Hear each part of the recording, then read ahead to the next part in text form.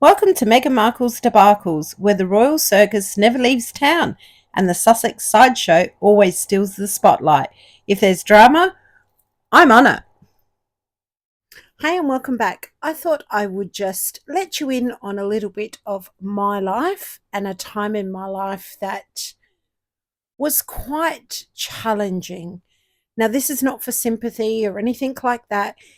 It's a bit of getting to know me and why I am the way I am. I suppose not that it really matters, but it may help to understand my reaction. When my daughter was 12 years old, through that summer, she was wearing long sleeve tops. We do a lot of swimming, we have a pool, we go to the beach a lot, we do a lot of kayaking, boating, jet skiing, all those kind of things. And she didn't want to participate in anything this summer. It was quite odd for her because she loves doing the things that we love doing because that's how we've raised our children with these activities. Me, my husband, and some friends, we'd had some friends over, had just gotten out the pool. My daughter didn't want to come in the pool as usual for that summer. And we were just, hanging around. I was going to put on a barbecue. We're just sitting around. We don't drink, so we're just sitting around enjoying the heat and all that kind of stuff. Now, pretty much the whole week before this incident, my daughter was wearing long sleeve tops and longer shorts. Now, where we live, we have extreme heat waves. Like the temperatures they can get up from 39 to 46 degrees, and it can be for days and days on end. So I like to keep the house really cool. And I had said to her, why are you wearing long sleeve tops? Why are you not in a t-shirt? Because basically I live in t-shirt and shorts when I'm not at work, pretty much all year round, because I always run hot. And she's like, oh, it's cold in here, mum. So I was like, fair call. And with your teens, you don't kind of nag them too much because one minute they love you to bits and the next minute they've got devil horns coming out and they're like, attacking you. The old teenagers and their hormones. So I didn't really go on about it too much, which generally I would. She had gone to take a shower. I was in preparing some salads for the barbecue. She'd gone to take a shower and she hadn't taken in her dressing gown with her. So she came out with just a towel wrapped around her. And as she walked past me, in the corner of my eye, I caught something on her arms and her legs, her thighs. And I turned around and I went, what the F is that? In that particular moment, the earth could have opened up and swallowed me. My heart was broken. She had been cutting. Her arms were slashed to pieces. Her thigh was slashed to pieces. I didn't know what to say. She went in her room, she got dressed. I knocked on her door and I'm like, we're sitting on the bed and I'm like, what the hell is going on? What? How? Through the tears. This daughter of mine was born 4 years after I buried stillborn children, twins. To fall pregnant again was an absolute miracle for me. She was born at 23 weeks. She weighed 680 grams. She had a hole in her heart, a brain bleed. Her lungs collapsed and she was visually impaired. She came home on home oxygen. She went on a trial for caffeine trial to shut the hole in her heart, which worked. She had tons and tons of steroids, was home on oxygen for 12 months. She spent 5 months in hospital, 3.5 of them in neonatal intensive care, and the rest in special care nursery before she come home. Her grade 2 brain bleed thankfully wasn't a grade 3, or she would have suffered cerebral palsy. Her eyesight, thankfully, because I'm a private patient and the hospital where she was born was absolutely fantastic anyway. She had 60 shots of laser surgery and that repaired her vision. She was an absolute miracle child. She was given 5% chance to live. And I told the professor at the time at the hospital, I'm going to prove you wrong. My daughter's going to live. I spent 12 hours a day, every single day she was in hospital, by her crib. And in this very moment, I see my daughter slashed up. This daughter that I cradled literally in one hand, my wedding ring, spun around at the top of her arm. That's how tiny she was. Because they had said she was only had 5% chance to live. I had her christened in the hospital on day 4, and her little christening gown was from a Barbie doll. So you can imagine, after burying stillborn twins and then having to go through being a micro-prem mum, seeing your daughter slashed up and wanting to take her life, so gut-wrenching. My daughter has always been a nervy, spewy child. So when she gets her 10-minute, I call her 10-minute little anxiety attack, she vomits. She was vomiting nearly every day before school. And because my husband and I were on different shifts at that time, 2 out of the 4 weeks, of course, I was home, and I would notice it and I would be like, why are you throwing up? What's worrying you? Is someone bullying you? You know, are you finding the schoolwork hard? All these kinds of things. I'm asking her, no. And my kids can always come to me with anything. I've raised them with, doesn't matter what it is, how bad it is, tell me, and then we'll try find a solution. We don't look at problems, we try and find a solution for a problem. She told me this girl was bullying her. My daughter is she's an attractive young girl. She's just a naturally beautiful looking girl. She said this girl was bullying her every single day. So she started cutting. And I was like, why are you doing that? Mind you, I had worked for child protection for a number of years.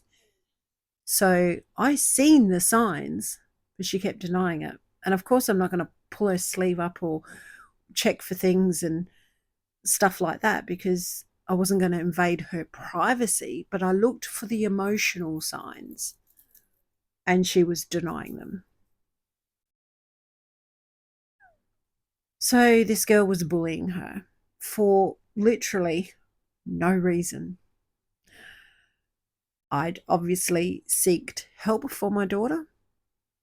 She told me that cutting herself, the pain of cutting herself was less painful than what she was going through at school.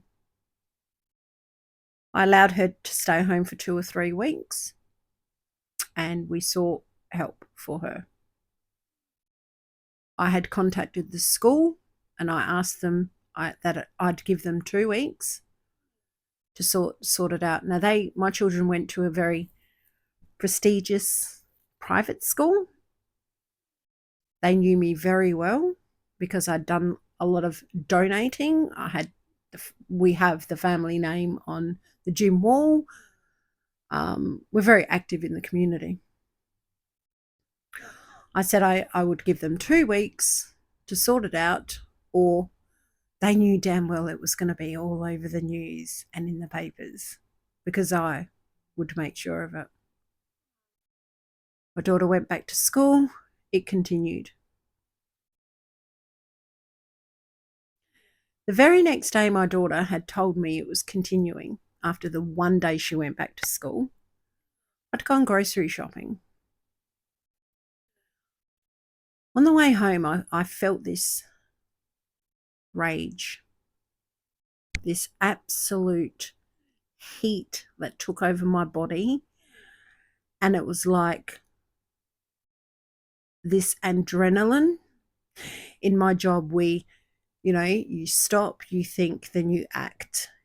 You don't, when you get adrenaline, you've got to stop a minute, you've got to think, then you act, because if you go gun-ho when you're in adrenaline, that's when you make mistakes, and people, it's not the right thing to do, just put it that way. So I'm driving home from grocery shopping, boiling hot, and I found myself in the school car park. I stormed into that office like a lion looking at its prey and running to it. I looked at the receptionist that knew me quite well as well, and I said to her, I want to see the principal right now. And she said, well, you can't, they're in a meeting. I said, I don't care. I said, I need to see him right now. And she knew that I meant business. She got up from her chair. She was all flustered.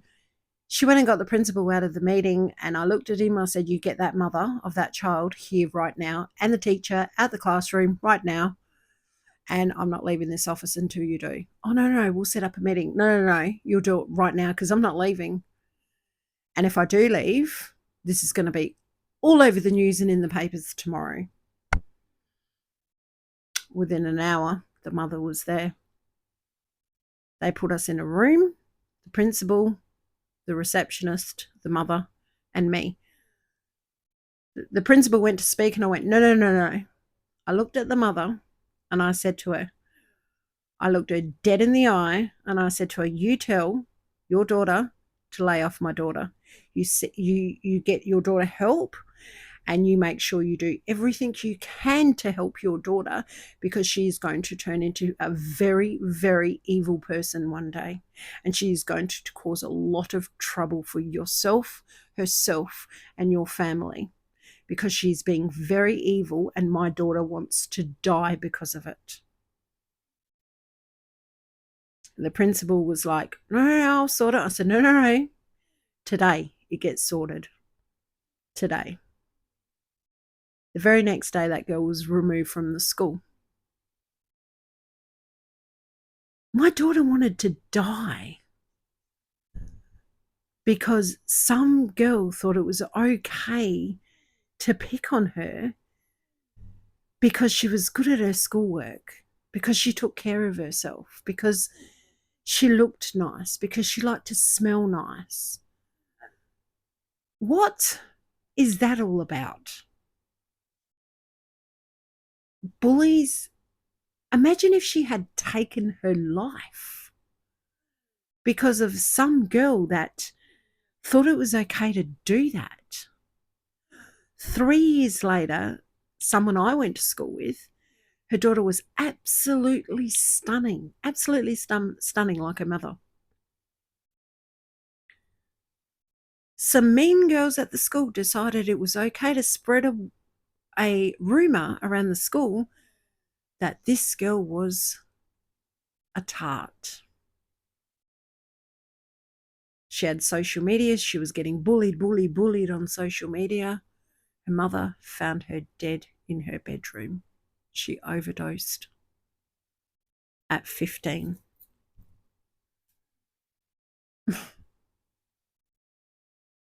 My daughter was never allowed. My kids were never allowed social media. Never. Still to this day, as an adult, she doesn't have it because she doesn't want to. Obviously, it's her choice now, but she doesn't want it. She thinks it's the worst thing ever.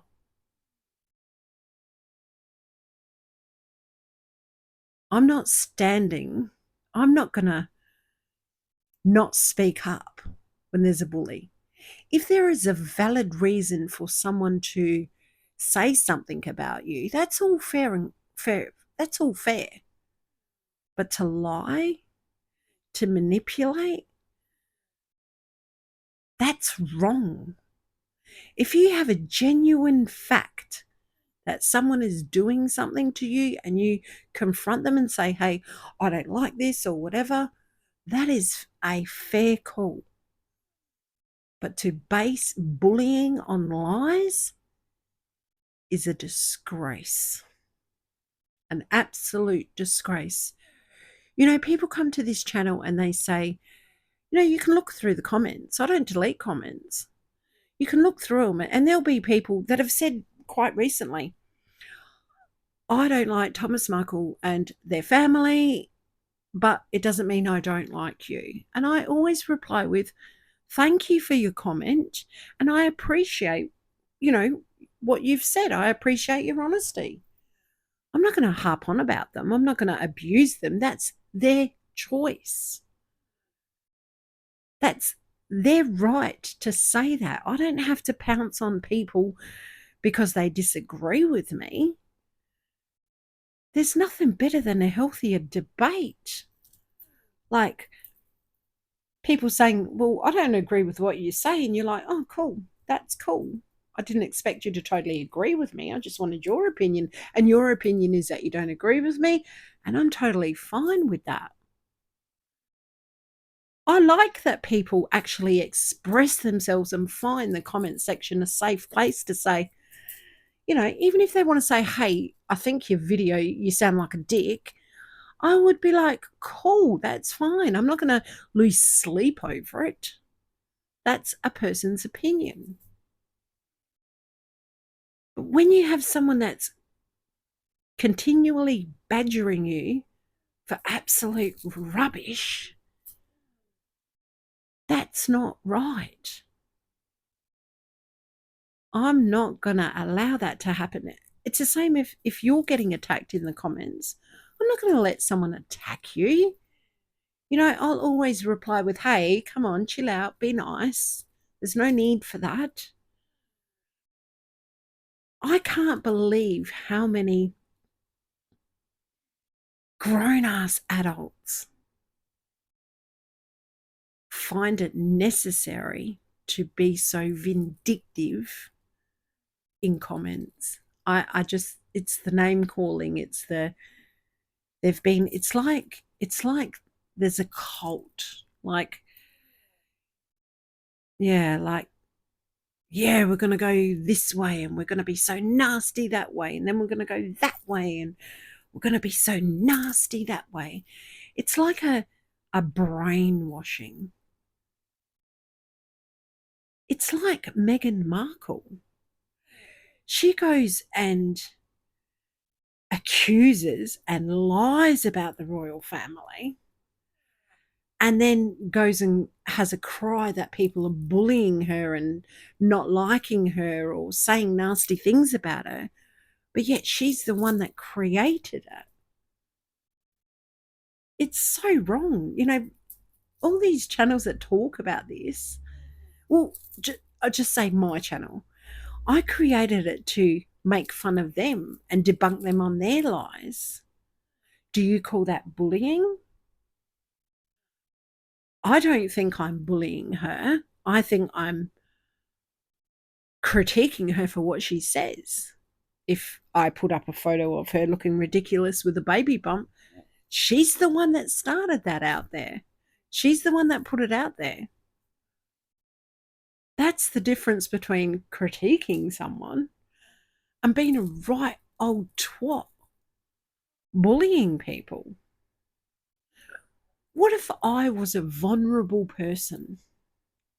I'm not talking about a disability or anything else. Because if I had told you that very day what I was facing, that this person started another bullshit attack on me, what I was facing, you would think she's a right old whatever. Nobody knows what anyone's going through at any particular time of the day, or what they've got to face that day or the next day, or what they're facing in their lives. I just don't get why it's okay for grown ass people to act the way they do. And then if you stoop to their level and defend yourself, if someone said, oh, you're an asshole because you said this, blah, blah, blah. And if I said it, I'd be right. Oh, cool. I said that. That's fine. I'm an asshole. I get what you're saying. I could probably see why you're saying that. But to just ramble on absolute bullshit. I mean, think about your own, people's lives, in their family lives. Would you allow someone in your family to treat you like that? Would you allow people to walk all over you just because it makes them feel superior, them feel better about themselves? Like I said in a few videos ago, that's the only thing Meghan and Harry have said right in the whole 8 years they've been together, is the online space is absolute toxic. And it's not only on this subject, it's many subjects. The internet's an awful, awful, awful place. It allows people to bring their anger of what's going on in their life and their disappointments and their hatred for whatever they're thinking about of the world out on other people. I mean, I'm the kind of person that still compliments someone and says, God, you look really pretty, or your hair's nice, or that top's really pretty. You don't see much of that these days. You don't see people complimenting people. It's if they can say something more negative, it's better. Isn't there enough bullshit in life, in everyday life? I mean, I can't wait till the Harry and Meghan stuff disappears, so I can disappear too. I can't wait till they come unstuck and pay their dues for what they have done, so I can disappear on the internet, because it's a vile place. It's an awful, awful, vile place that allows people to become monsters behind a keyboard. But there's accountability for that. What if I was that vulnerable person at that particular moment that went, you know what, I'm done, I've had enough? I mean, who wants to be that person that pushes that person that far? It's wrong. I think it's wrong anyway. I don't know what you guys think, but how do you feel about people being horrible? I even see subscribers too afraid. And I have had an influx on Instagram, and I have to say, thank you for everyone for your support, and especially for the YouTubers, small, medium, and large. I never see someone for their subscribers. I look at their content and think, wow, and that's the other thing. I watch a variety of people that talk about this subject. And some of the channels that people absolutely despise. And I listen to their content because it's interesting. I find it really interesting, the different perspectives of everybody, their different take on everyone. I don't know if you've been here from the beginning. I did a video in the very beginning that I said you can give the same article to 10 people and 10 people will read it completely different. They'll have a complete different, they'll have a complete different opinion on it. They'll read it different. The words will mean complete opposite to you think of. And I find that interesting, because I find how people tick interesting. That's why I listen to a lot of these Mexit channels, or I should say, I hate that word Mexit. a lot of people that talk about Harry and Meghan and the royals because I find what they say kind of interesting. But luckily for me, I'm the kind of person that can shut down the iPad or the laptop or, the phone and go, whatever, and forget about it. But there might be other people that can't do that and feel really hurt, damaged behind that screen. Let me know what you guys think. Let's stop people that think it's okay to just try and ruin someone upon a lie. Not reality, a lie. Or many lies. And if you've got proof of something, bring it up. Why should people be afraid? That is another thing, and I'm not naming names of who has contacted me, but a number of them had said the same thing, that they were too worried to say anything. How bad is that? That they are worried to speak up in fear of backlash. How has humanity become like that? That you're too afraid to say something in case you cop the backlash. Now that is pretty contradictive. Because if that's the case, bullying will never end. But some people's lives might. Just something to think about, I suppose. Anyhow, take good care of yourselves. I've chatted enough. Sorry if I've bored you. But I really thought about it in the last couple of days. And I just thought I'd share it with you. Anyhow, bye for now.